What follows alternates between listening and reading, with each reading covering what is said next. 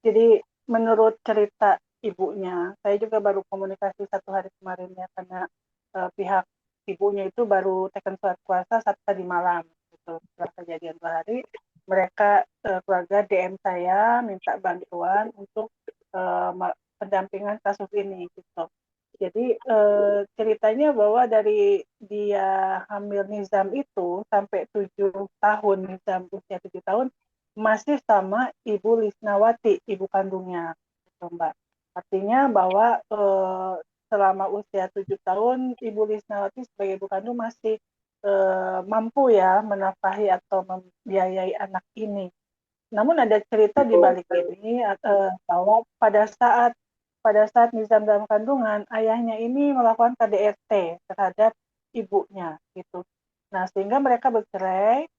Pada saat usia 7 tahun, Nizam ini dimasukkan ke pesantren di daerah kampung ayahnya dengan alasan bahwa nanti supaya tempat netral untuk saling menjenguk karena mereka berpisah begitu. Tapi sepengetahuan ibunya, Nizam ini dari kecil anak yang baik ya, penurut dan jarang sakit. Nah itu yang menyebabkan ibunya bertanya-tanya kok tiba-tiba ibu tirinya itu menyebutkan meninggalnya karena leukemia, autoimun dan lain-lain. Padahal Nizam ini jarang sakit gitu. Sampai dia disunatnya pun di tempat Ibu Lisnawati sebagai ibu kandung gitu. Meninggal itu kan usia 12 tahun ya Nizam. Betul. Nah, ikut ibunya sampai usia 7 tahun. Hmm, Terakhir ketemu dengan ibunya 4 tahun yang lalu, Mbak. 4 tahun Gitu. lalu. Namun Nizam ini sering menyatakan bahwa dia ingin bersekolah di pesantren yang di dekat rumah ibunya, bundanya.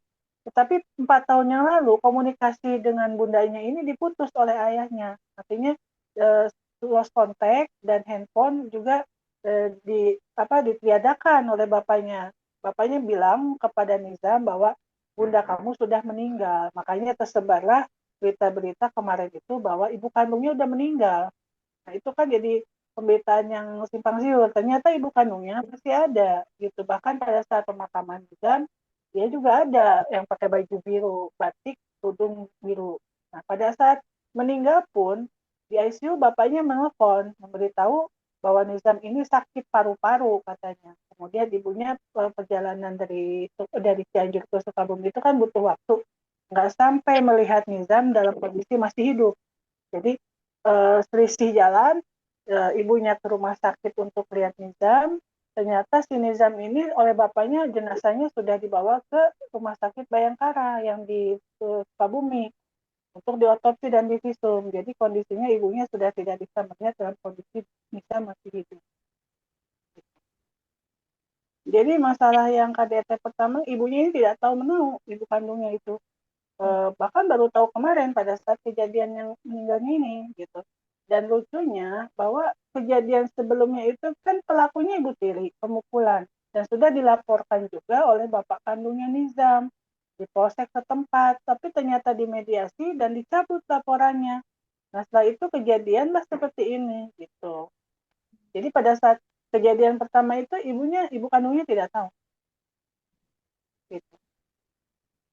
Nah, jadi pada saat di pemakaman mereka kan ketemu, tapi tidak saling sapa. Bahkan ibu sambungnya ini tidak menyapa gitu, tidak basa-basi gitu. Sampai si ibu Lisna ini, ibu kandungnya pingsan-pingsan di makam, dia datang sama keluarga dan ibunya atau neneknya Nizam. Nah, neneknya ini juga melihat pada saat ibunya pingsan, si ibu sambungnya ini tidak ada pedulinya gitu. Artinya pada saat ini saya juga dari berita yang melihat tentang video viral yang terakhir detik-detik terakhir Nizam itu anfal atau koma ya gitu dan menunjuk ibu tirinya itu pelaku dia memukul badannya kemudian menyuruh minum air panas. Nah itu Nizam itu menunjuk ke arah ibu sambungnya tapi ibu sambungnya berkelit. Nah di situ dia bilang bahwa dia itu sakitnya autoimun leukemia sehingga ada luka bakar di kulitnya padahal nggak begitu gitu. Eh, dan saya pikir secara psikologis dan ini bisa jadi petunjuk bagi penyidik kalau anak yang sudah jangankan anak orang besar orang tua yang sedang sekarat koma kemudian dia mengarang cerita kan nggak masuk akal gitu. Artinya apa yang dia sampaikan pada saat detik-detik terakhir itu adalah apa yang dia alami dan dia ingat di detik-detik terakhir kehidupannya. Nggak mungkin dalam kondisi dia koma, dia ngarang-ngarang cerita gitu. Oh ibunya yang bunuh, ibunya yang pukul dan minum air panas segala macam. Dia kan kondisi sudah tidak berdaya, gitu. Sehingga kami mewakili keluarga ibu kandungnya ingin sekali mendapat keadilan tentang fakta dari kematian ini apa penyebabnya gitu. Apakah karena tindak pidana atau karena penyakit gitu. Karena hasil otopsi sementara dari Rumah Sakit Bayangkara tingkat 2 di Sukabumi adalah pertama ada terdapat luka-luka di beberapa tempat dan juga ini apa namanya luka bakar, luka-luka bekas pemukulan atau bekas lebam ya, bekas tumpul. Itu yang di luar. Nah, di bagian dalam ditemukan lagi ada pembekakan di beberapa organ tubuh yang nizam, terutama di paru dan jantung. Nah, itu yang menyebabkan kematiannya ke situ apa kemungkinannya karena kalau luka yang di luar tubuh itu kemungkinan kecil menyebabkan seseorang meninggal begitu katanya. Jadi karena ada kecurigaan dari hasil otopsi dalam dan visum dalam itu, maka forensik di Rumah Sakit Bayangkara Sukabumi mengirimkan sampel dari organ tubuh jantung dan organ tubuh paru-paru si Nizam ke forensik Jakarta yang dikirim kurang kalau nggak salah hari Jumat atau Sabtu kemarin sehingga hasil akhirnya atau finalnya belum kita dapat mbak gitu kita masih menunggu karena ini adalah titik terangnya apakah ini meninggalnya karena apa gitu dan juga sedang dicari apakah ada zat-zat lain di dalam tubuh almarhum yang menyebabkan dia meninggal. Bisa jadi zat itu kan berupa racun atau apa. Karena pada saat kejadian Nizam itu jatuh di rumah, bapaknya kan nggak ada di rumah, sedang tidak di rumah gitu. Jadi tidak ada yang tahu kecuali ibu tirinya kondisinya sakitnya jadi parah begitu karena apa gitu gitu. Jadi ini ada petunjuk sebetulnya ke penyelidik ya. Kalau ini tahapnya kan masih penyelidikan bahwa itu pintu masuk apakah ini kasus penyebabnya apa. Harus diperiksa orang-orang yang ada atau saksi-saksi yang ada pada saat almarhum terakhir detik-detik terakhirnya hidup gitu. Terutama yang di rumah yang membawa ke rumah sakit juga yang memandikan jenazah. Selain itu dokter forensik juga harus memberikan kesimpulan apa yang didapat dari hasil visum dan otopsi organ bagian dalamnya misal gitu mbak. Baik.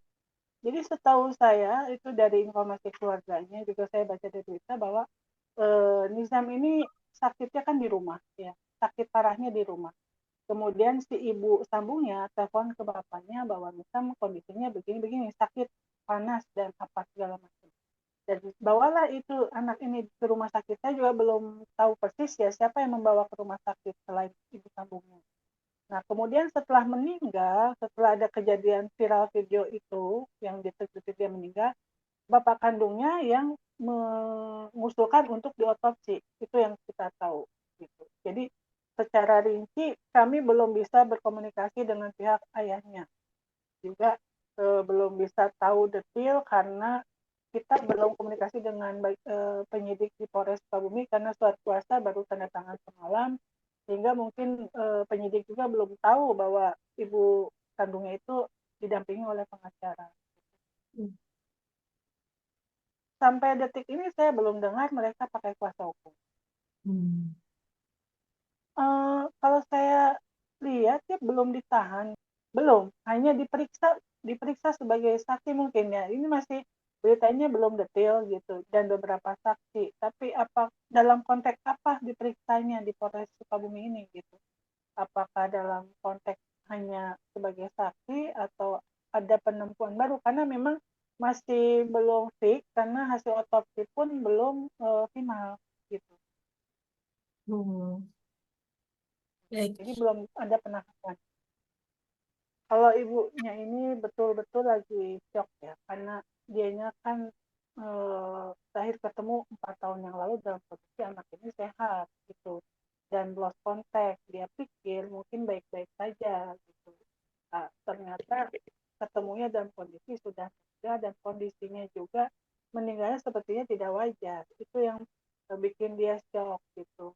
Walaupun semua orang itu takdirnya ada ya, tapi kan cara kematiannya ini kan yang tidak bisa diterima gitu, dan masih apa, masih kita harus telusuri karena ini kan kalau KDRT itu sebetulnya tanpa laporan dari korban pun polisi kalau sudah menemukan dua alat bukti itu bisa saja melakukan upaya hukum paksa untuk menekan. Kalau kita kan melihatnya ada dua kejadian penting ini yang kalau di luar itu kita nggak tahu ya, tapi dari kedua kejadian penting ini mungkin bisa dikembangkan oleh penyidik nanti karena kejadian pertama adalah pemukulan yang sudah dilaporkan oleh pihak suaminya atau bapaknya Nizam, kemudian dimediasi, dia berjanji tidak melakukan lagi, kemudian laporannya dicabut gitu. Nah itu kan udah salah satu contoh ya yang sebetulnya itu harusnya peka bapaknya gitu. Dan itu nggak bisa kita lepas dari peristiwa kematiannya Nijam gitu. Karena ada histori bahwa dia pernah menjadi korban KDRT, ibu sambungnya yang pelakunya itu juga gitu.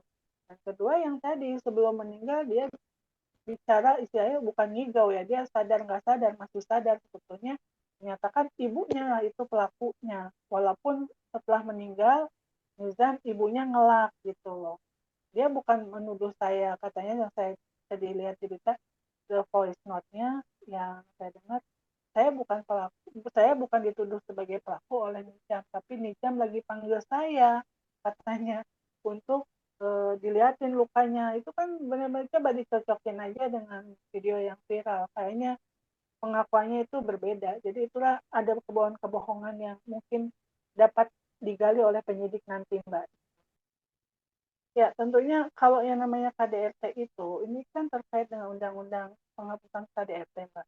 Artinya di dalam KDRT itu ada yang namanya orang tua, ya, ayah, ibu, anak-anaknya, mau anak angkat, mau anak kandung, juga termasuk pembantu rumah tangga. Nah, di dalam rumah itu ada bapaknya Nizam, ada ibu sambungnya, dan ada dua anak dari ibunya ya, ibu sambungnya, plus Nizam. Artinya, pada saat nanti ditemukan dua alat bukti yang sah bahwa ini petunjuk di pidana, maka semua yang ada di rumah itu harus diperiksa, termasuk anak angkat atau anak bawaan dari ibu sambungnya. Gitu. Saya kalau dengar cerita dari ibu kandungnya, mungkin kalau kompak jauh dari kompak ya, karena dari awal juga mereka hubungan kurang baik, apalagi di lost contact sama ibunya oleh pihak bapaknya. Ya kita aja sebagai ibu, kalau di posisi dia tentunya kita nggak mau ya berbaik-baik ya tentunya seperti itu. Dan mungkin kiblat dia walaupun sama ya ingin menemukan penyebab kematian Nizam, tapi kiblat bapaknya sama kiblat ibunya itu udah beda gitu. Jadi saya bukan karena saya di pihak lawyernya Ibu Risnawati, tapi saya konteksnya melihat mereka kurang bisa bersatu untuk mengungkap masalah ini. Mungkin masing-masing aja gitu. Komunikasi terakhir ya pada saat bapaknya nelpon bahwa Nizam itu sakit di rumah sakit itu aja ke ibu. Kalau kita tetap ya untuk langkahnya tetap upaya hukum mencari keadilan, pertama menunggu hasil otopsi dari Jakarta, yang kedua juga menunggu hasil pemeriksaan dari pihak Polres Sukabumi gitu. Jadi kita masih menunggu itu, nanti tentunya ini masih panjang perjalanan gitu untuk memprediksi bahwa kita ibu kandung dan bapak kandung satu suara untuk mengusut ini mungkin betul, tapi mungkin caranya kita beda jalan gitu. Jadi nggak bisa istilahnya nggak bisa bersama-sama gitu. Mungkin punya alasan masing-masing. Nggak tahu saya kalau untuk ibu tirinya kemana-kemana saya nggak ada kabar, keluarganya juga nggak tahu, keluarga klien saya juga belum berpikir ke situ karena masih shock gitu. Belum berpikir kemana dia, ngapain dia gitu. Kurang tahu mbak itu kalau masalah satu rumah sama ayahnya, itu mungkin nanti Hasil bisa otopsinya wawancara langsung sama bapaknya gitu kondisi rumah. Nah, biasanya kalau kasus viral seperti ini nggak lama sih, Mbak. Mungkin nggak sampai seminggu keluar. Tapi kita lihat aja, kita tunggu aja gitu. Tentunya semua masyarakat juga ini kasus viral menunggu hasil otopsi dan visum yang sebenarnya apa hasilnya gitu. Karena ya kita kayak menanti sesuatu yang ini adalah salah satu sumber yang dimana kita bisa menjadi gerbang untuk membuka tabir ini semua, tabir kematiannya Ananda Nizam Safei gitu. Belum kita belum berpikir detail karena baru semalam saya komunikasi sama ibu kandungnya, dan saya belum ada komunikasi dengan Polres Sukabumi. Barangkali kalau mereka ada penemuan dan kita keluarga ada penemuan, mungkin nanti saya dengan pihak penyidik akan berdiskusi. Yang di yang di berita sih yang saya tahu sudah diperiksa, tapi apa benar atau enggak, karena ini blunder ya Mbak. Ada 2 kasus kematian anak yang namanya Nizam, ya kan? Betul. Nizam yang tahun 2024 itu Nizam Alfari 6 tahun. Nah, dan Nizam ini, Nizam KPI 12 tahun yang 2026. Jadi kadang-kadang berita itu yang dimunculin Nizam yang 2024, tapi judulnya Nizam KPI gitu. Sementara pembunuh ibu tiri ini kan kasusnya mirip KDRT juga pelakunya ibu tiri. Nah, ibu tirinya ini yang apa namanya yang melakukan KDRT di Nisam yang 2024 itu kan udah ditahan putusannya 20 tahun gitu. Jadi berita itu kadang-kadang ditimpa-timpa. Nah, gitu. Jadi tadi pertama saya sampaikan bahwa ibu kandungnya Nisam itu masih hidup. Kan yang simpang siur itu ibu kandungnya udah meninggal, ibu kandungnya masih hidup atau enggak? Ternyata masih hidup di Cianjur. Yang kedua, eh, berita Nizam ini kan pernah ada 2 dengan kasus yang sama. Jadi yang ada di medsos dan di berita-berita berita Nizam yang lama, tapi judulnya Nizam yang baru gitu. Jadi supaya Hmm. diluruskan gitu. Dan foto-fotonya juga foto Ibu Nizam yang 2024, bukan Ibu Nizam yang ini gitu. Jadi memang namanya sama, kasusnya juga sama. Jadi orang-orang kadang kan beritanya jadi dibikin begitu ya, bingung.